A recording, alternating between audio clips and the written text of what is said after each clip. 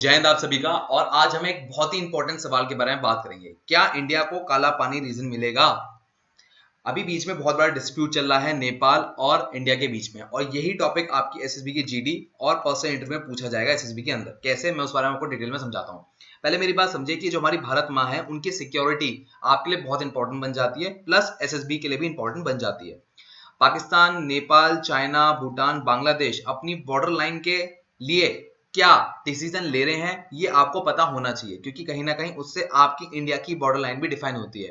भाई आज पाकिस्तान कह देता है जो जम्मू एंड कश्मीर का हिस्सा है, पीओके जिसे हम कहते हैं, वो उनका है, तो कहीं ना कहीं हमारी बॉर्डर लाइन डिफाइन होती है और हमारी सिक्योरिटी भी डिफाइन होती है यहाँ पर। बट अगर हम यहाँ पर कोई डिसीजन नहीं लेते हैं तो कोई भी देश आकर हम पे चढ़ सकता है। अब यहाँ पर आगे कहानी समझते हैं। अभी इंडिया नेपाल के बीच में क्या दिक्कत आ रही है? आपको ये चौंच वाला हिस्सा दिख रहा है? ये चौंच वाला हिस्सा इंडिया अपने रीजन में मानता है कि हमारा रीजन है, वो है काला पानी टेरिटरी। अगर मैं इसको शेड कर दूं तो ये नेपाल का हिस्सा बन जाएगा। बट अब इतना डिस्प्यूट क्या हो रहा है इस पे और क्यों हम ऐसा कर रहे हैं उसको हम समझेंगे। देखिए अभी क्या हुआ, 18 मई को नेपाल ने अपना एक नया मैप रिलीज किया जिसमें उसने बताया कि ये वाला जो रीजन है, जो काला पानी है, वो तो नेपाल का है ही, बट ये बात वो मानते हैं लिम्पियाधुरा तक नेपाल का रीजन है। अब ये बहुत ही कॉन्ट्राडिक्टरी है। खाली अभी तक हम ये समझ रहे थे काला पानी रीजन नेपाल के हिस्से में वो मान रहे हैं खाली, बट जैसे ही उनका नया मैप रिलीज होता है तो वो लिम्पियाधुरा तक मान रहे हैं। अब इसके पैरेलल में एक और न्यूज आती है, वो रिसेंटली जब मैं वीडियो बना रहा हूँ उससे 2-3 घंटे पहले ही आई है। वो ये आई है कि जो मनीषा कोइराला हैं, जो कि बॉलीवुड में एक नामी एक्ट्रेस रह चुकी हैं और जो नेपाल की रॉयल फैमिली से बिलोंग करती हैं, उन्होंने कहा है कि हमें चाइना का सपोर्ट चाहिए और यहाँ पर चाइना के सपोर्ट से हम जो हमारा एरिया है उस पर हम अपना हक जताना चाहते हैं। यहाँ तक इतनी मोटी मोटी बात थी। अब इसी बात को हम आगे समझेंगे। उससे पहले मैं आपको अपने बारे में बताना चाहूंगा। मेरा नाम है Shubham Washne. By profession I am a YouTuber on Self Selection Board YouTube channel and my aim is to take you one step towards your uniform. यहाँ से हम आगे बढ़े तो रोज शाम 5, 6 और 7 बजे डेली मैं आपके एसएसबी के लेक्चर और जीडी टॉपिक लेकर आता हूँ फ्रॉम मंडे टू फ्राइडे। इसके साथ अगर आप सीडीएस, एफकेट, सीएपीएफ, एसएसबी की तैयारी करना चाहते हैं तो अनअकैडमी के टॉप एजुकेटर इसमें आपकी मदद कर सकते हैं। ये उसका प्राइसिंग प्लान है। बट अब तक आप मेरी वीडियो देख के समझ गए होंगे कि रोमन सैनी साहब के साथ मेरा उठना बैठना है। रोमन सैनी साहब ने कहा है कि अनअकैडमी शुरू तेरी बहुत चलती है, तो आप मेरा नाम एज अ कूपन कोड इस्तेमाल कर सकते हैं और आपको यहाँ पर 10% ऑफ मिल जाएगा। यहाँ से हम आगे बढ़ते हैं। तो अब जब नेपाल ने नया मैप रिलीज किया तो उसने 3 स्पेसिफिक पॉइंट डिफाइन किए। उसने कहा लिपू लेक, काला पानी और लिम्पियाधुरा, ये तीनों के तीनों इंडिया आई मीन नेपाल के रीजन में आते हैं, ना कि इंडिया के रीजन में। ये बात उसने कही 18 मई ट्यूसडे की शाम को अपना मैप रिलीज करके। अब जरा ये मैप देखिए, ये है नेपाल का ओल्ड मैप, ठीक है। यहाँ पर आप थोड़े रिजेम्बलेंस पा रहे होंगे, पर यहाँ पर ये वाला हिस्सा देखो आप, ये वाला हिस्सा यहाँ पर अलग दिख रहा है आपको। यहाँ पर एक चौंच सी बन रही है, एक डक जैसी आपको चौंच जैसी होती है, वो आपको दिख रही होगी। ये कह रहा है कि नेपाल की हमारा रीजन है और इसमें हमारा ही हक है, ठीक है। अब यहाँ से जरा कहानी आगे समझते हैं। देखिए कोई भी रीजन, जैसे आज हम कश्मीर के लिए बड़े ही सेंसिटिव होते हैं, हम मानते हैं कश्मीर इंडिया का इंटीग्रल पार्ट है और उससे कोई छीन नहीं सकता। ऐसे ही नेपाल भी अपने एरिया के लिए उतना ही सेंसिटिविटी रखता है कि वो उनका रीजन है और उसको हम कॉम्प्रोमाइज नहीं करेंगे। पर मैं यहाँ पर काला पानी को ये नहीं कह रहा हूँ कि वो इंडिया का रीजन है या नेपाल का। मैं यहाँ पर फैक्ट फाइल को आपके सामने रखूंगा और जो फाइनल डिसीजन है वो तो इंडिया और नेपाल की गवर्नमेंट लेगी और वही हमारा फाइनल डिसीजन माना जाएगा। अब देखिए यहाँ पर अगर हम आगे बढ़े तो हमें फैक्ट्स को समझना होगा, ट्रुथ को समझना पड़ेगा। पहले हमें थोड़ा टाइमलाइन पे जाना पड़ेगा। टाइमलाइन क्या है? टाइमलाइन में आती है 4 पॉइंट। एक होती है ट्रीटी ऑफ सुगोली, वो 1816 में हुई है काली रिवर के रिगार्डिंग। वो एक आ गया कि काली रिवर का जो वेस्ट वाला हिस्सा है वो इंडिया का रीजन है और जो काली रिवर का ईस्ट वाला हिस्सा है वो नेपाल का रीजन है। मैं आगे आपको डिटेल में बताऊंगा। अब जब 1816 में ये हो गई, उसके बाद नया मैप इंडिया ने निकाला है 2019 में, करीबन 200 साल बाद, ठीक है। वो 200 साल बाद जो नया मैप निकाला उसमें कहा है जो काला पानी रीजन है वो इंडिया का हिस्सा है।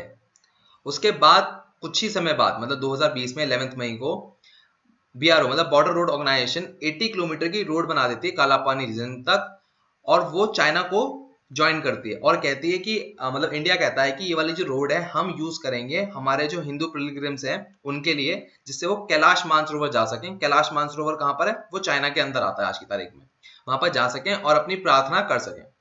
इसके बाद क्योंकि कहीं ना कहीं काला पानी रीजन नेपाल मानता था उसका रीजन है, तो यहाँ पर नेपाल ने अपना नया मैप निकाला 18 मई की शाम को ट्यूसडे को और उसने कहा कि काला पानी रीजन जो है वो नेपाल का हिस्सा, और इस वाले मैप पे उनकी बात गई कि ये वाला हिस्सा यहाँ पर आ जाएगा। अब हमारा जो नेपाल का मैप है ऐसा नहीं दिखता। इतनी बात दोनों के बीच में चल रही थी और यहाँ पर ही जो टेंशन थी वो पीक पे पहुंच गई। ठीक है, अब यहाँ से क्या होता है कि यहाँ पर जो वर्ड्स थे, जो नेपाल के वर्ड्स थे वो यहाँ पर स्पेसिफिक थे, जैसे मैंने आपको बताया लिपू लेक, काला पानी और लिम्पेदुआ, मतलब ये जो पूरा रीजन है, ट्रायंगल रीजन, ये हमारा पूरा है। ठीक है, अब पर यहाँ पर जो पैरल स्टोरी थी वो ये थी कि मीडिया की, वो ये थी कि काला पानी रीजन से नेपाल मांग रहा है, पर यहाँ पर नेपाल ने तीनों चीजें स्पेसिफिक कर दी, मतलब कि तीनों जो जगह है वो स्पेसिफिक कर दी। अब यहाँ से कहानी और आगे बढ़ती है। ये रीजन हमारे लिए इंपॉर्टेंट हो क्यों जाता है और नेपाल के लिए क्यों इंपॉर्टेंट है? देखिए, वैसे तो यहाँ ना तो कोई गोल्ड है, ना डायमंड है, ना वेजिटेशन है। यहाँ पर सिर्फ और सिर्फ ये ट्राई जंक्शन बना रहा है नेपाल, चाइना और इंडिया के बीच में। आप देख पा रहे हैं ये रीजन जो है पूरा का पूरा इंडिया, नेपाल और चाइना के बीच में आ रहा है। बट इसमें इंपॉर्टेंस इंडिया के लिए कुछ और है। इंडिया के लिए इंपॉर्टेंस क्या है? इंडिया का मानना यह है कि अगर काला पानी रीजन इंडिया के हाथ में होता है तो चाइना के खिलाफ एक लेवरेज मिलता है। कैसे? करीबन 22,000 फीट ऊपर है ये रीजन चाइना से। तो जब 1962 की लड़ाई हुई थी तो इस रीजन ने हमें कहीं ना कहीं एक लेवरेज दी थी, क्योंकि चाइनीज वाले जो सोल्जर्स थे वो नीचे थे और हम थे ऊपर, तो अगर हम पत्थर भी फेंकते तो चाइनीज वाले मर जाते। तो ये कहीं ना कहीं रीजन हमें लेवरेज दे रहा था।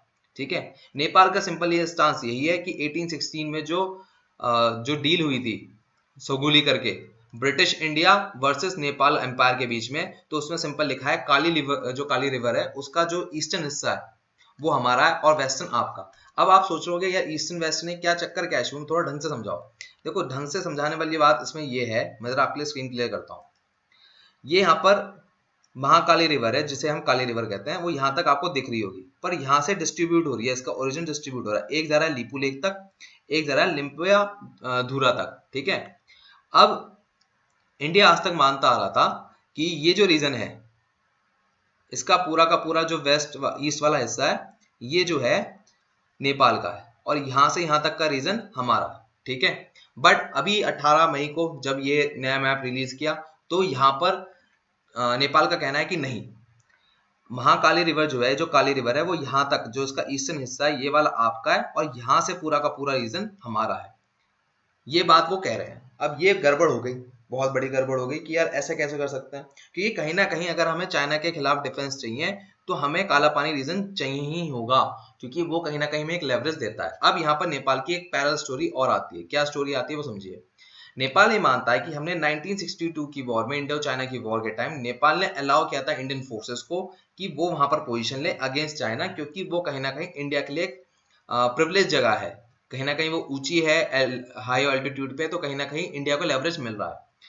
नेपाल का ये भी इंस्टांस है कि 1961 मतलब वॉर से एक साल पहले तक हम वहां पर रेवेन्यू भी कलेक्ट कर रहे थे और इलेक्शन भी कंडक्ट कर रहे थे।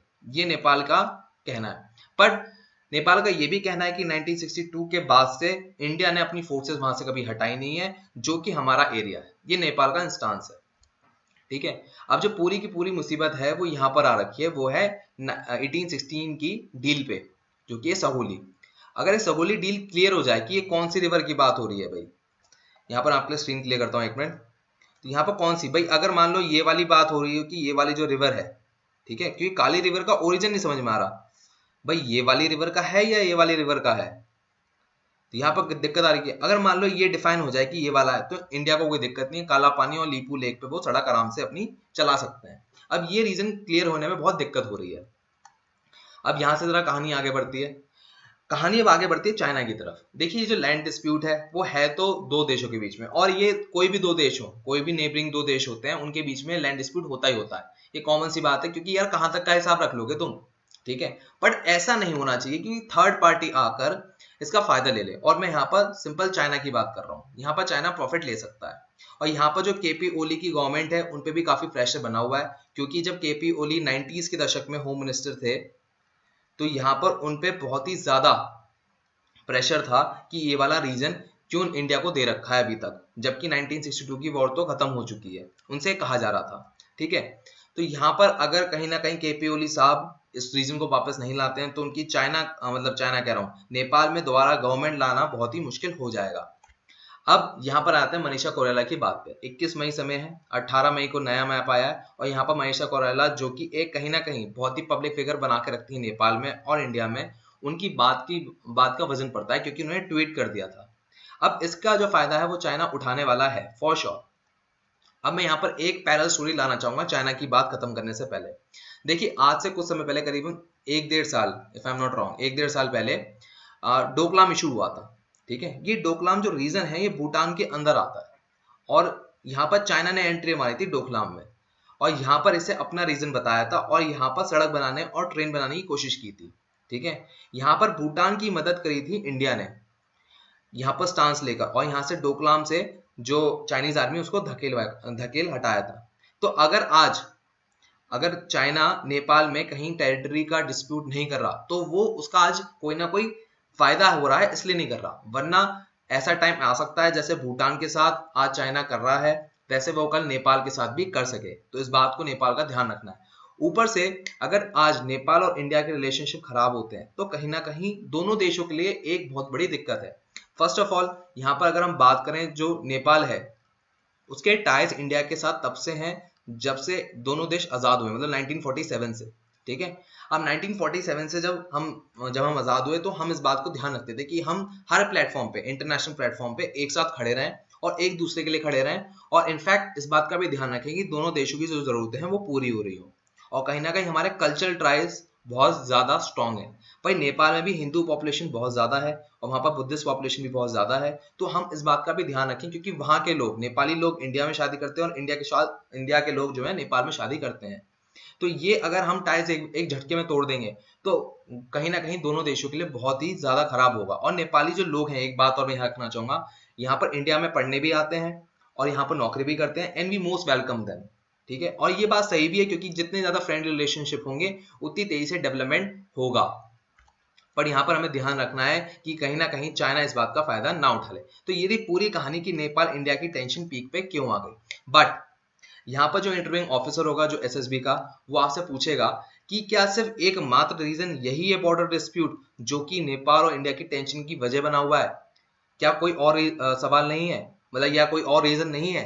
तो आपको यहाँ पर इस बारे में एक बात और बोलनी पड़ेगी और ये है इंडिया नेपाल रिलेशनशिप की वीडियो। इस वीडियो में आपको पता लगेगा कि कैसे इंडिया नेपाल का रिलेशनशिप वर्स्ट हुआ। यहाँ पर मैंने बिगनिंग से, मतलब 1947 से, हिंदुस्तान के आजाद होने से लेके 2015 तक की कहानी बताई है और 2015 में कैसे वर्स्ट बना, ये इस वीडियो को जरा आप ध्यान से सुनिए। मैं शुरू कर रहा हूँ।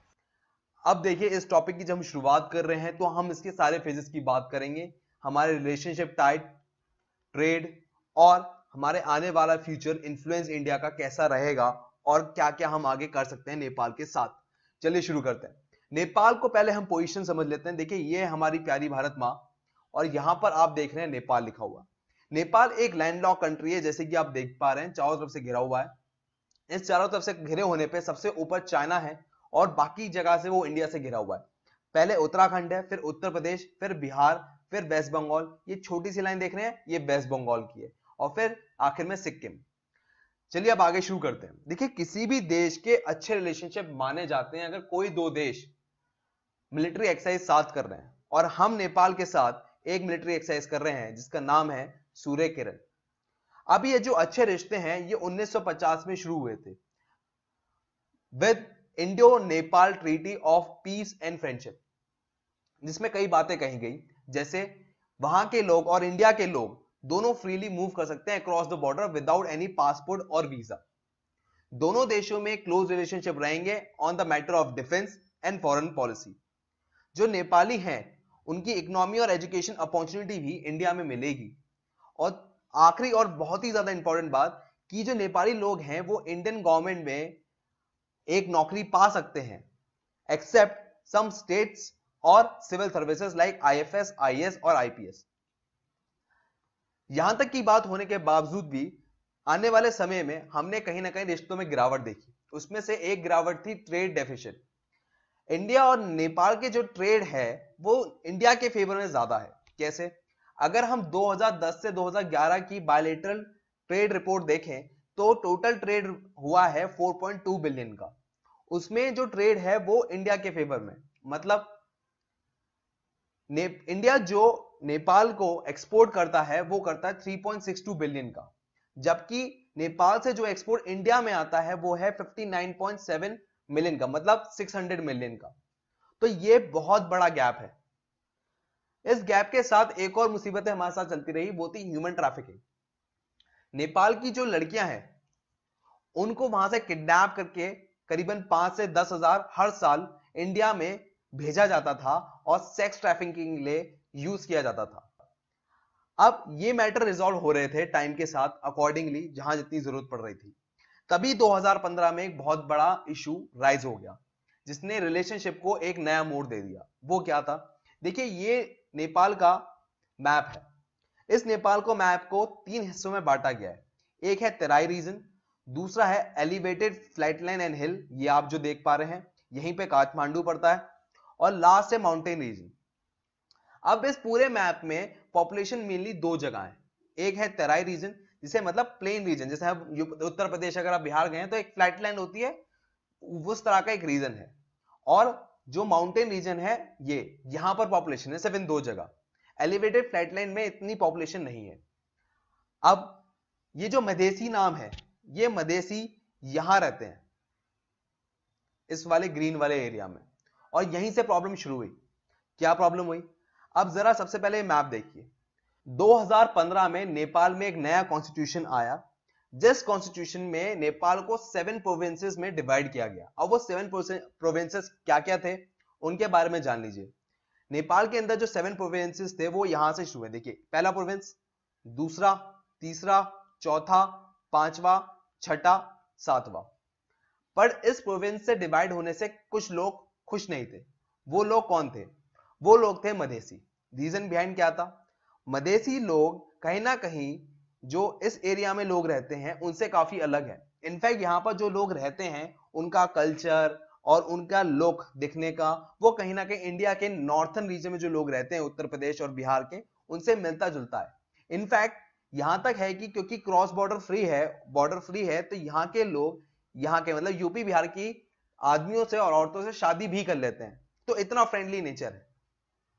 पर जो नया कॉन्स्टिट्यूशन आया उसमें इन लोगों के लिए बात नहीं की गई। मतलब सबसे पहले इनकी डिमांड ये थी मधेसी की, क्योंकि ये इस वाले रीजन में रहते हैं, तो ये चाहते हैं कि इसको एक अलग प्रोविंस दिया जाए, जो कि नहीं दिया गया।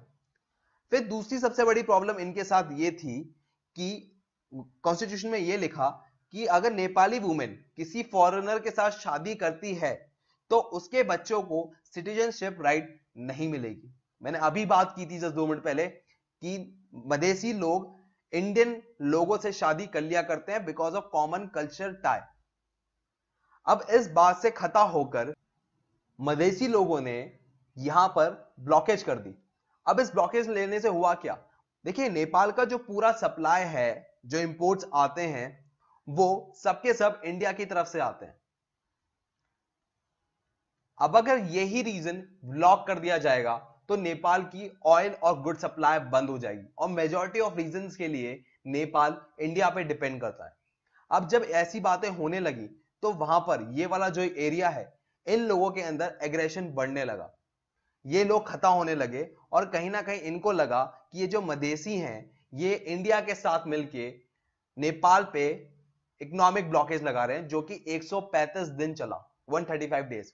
ना खाने के लिए कुछ था, ना पीने के लिए कुछ था, और गाड़ियों में ना पेट्रोल डालने के लिए कुछ था। सब लोग सड़कों पे आ गए। इस बात का फायदा लिया केपी ओली जी ने 2018 में। कैसे? देखिए, केपी ओली जी ने इस एग्रेशन का फायदा लिया और सारा का सारी बात हिंदुस्तान के ऊपर थोप दी और पुराने मुद्दे भी उखाड़ डाले। जैसे इंडिया की तरफ से सबसे बड़ा फेलियर यह था कि जितने भी आज तक इंफ्रास्ट्रक्चर के प्रोमिसेस करे गए हैं वो आज तक पूरे नहीं हुए। जैसे Mahakali bridge, Biratnagar Jogbani railway link, जो कि इंडिया और नेपाल को जोड़ता है, जोड़ेगा मतलब, वो पूरे नहीं किए गए। ऊपर से ये जो 135 डेज का ब्लॉकेज था, जहां पर उनको राशन पानी कुछ नहीं आया, ये मधेसी की वजह से, ये और बड़ी प्रॉब्लम बन गई और एंटी इंडिया माइंडसेट बनता चला गया नेपाल के लोगों के अंदर। यहीं पे चाइना एंटर लेता है। चाइना ने प्रोमिसेस लेकर आया कि इंफ्रास्ट्रक्चर हम बनाएंगे विद अ डेडलाइन प्रॉमिस।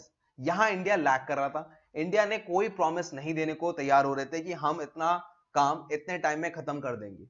तो ये चाइना को और एक प्रो बनाने के चक्कर में आ गए कि हम चाइना की तरफ और इंक्लाइन होंगे कि चाइना ही हमारा भविष्य है और आगे हम उसी के साथ काम करना चाहेंगे।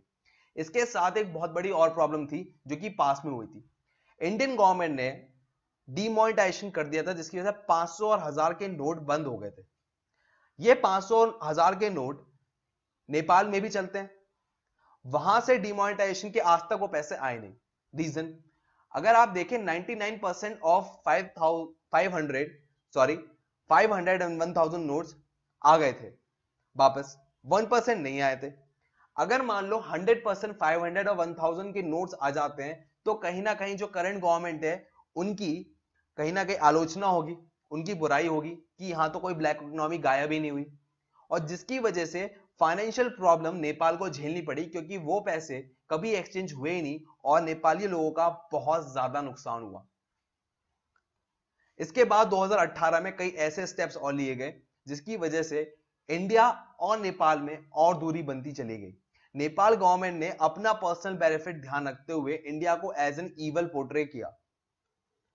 उसके बाद उन्होंने प्रो चाइना इंस्टेंसेस लिए।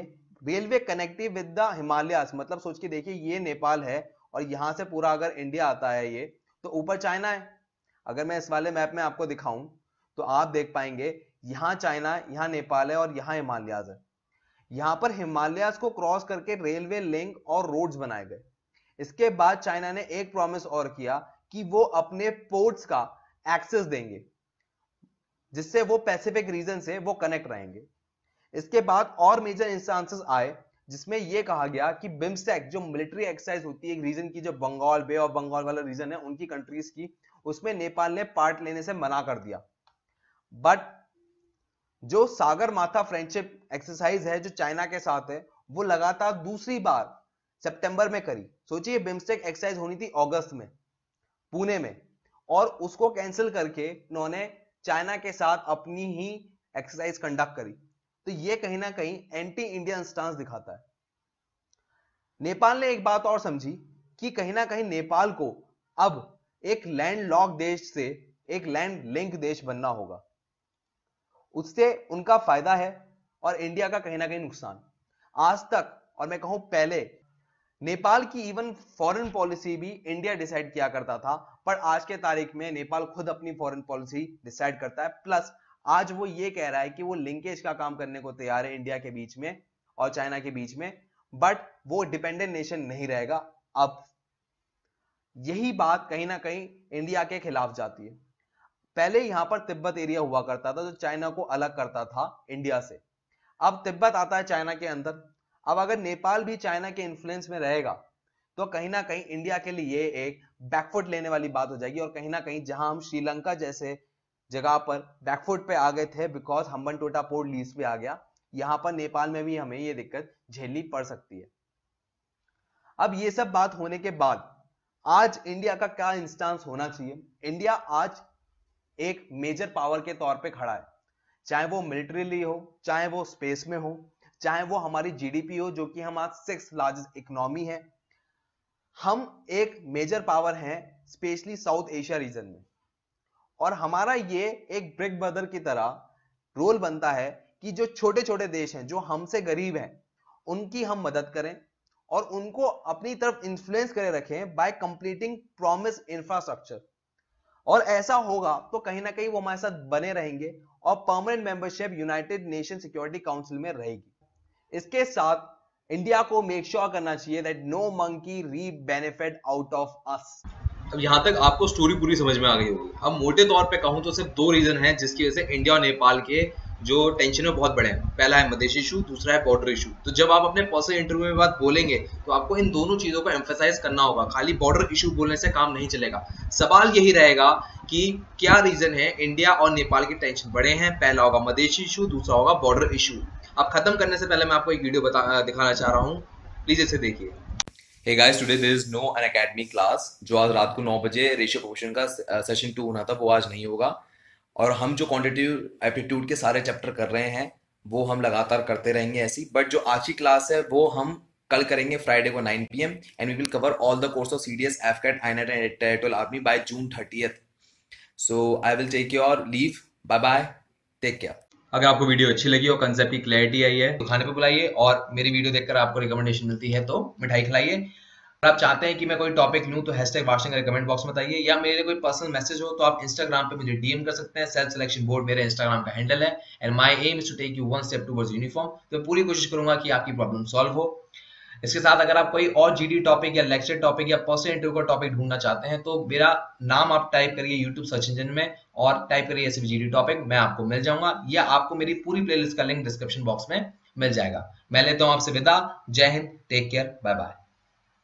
मैं उनको रोज सोचता हूँ, मैं उनको रोज सोचता हूँ. वो है अंतिम पगों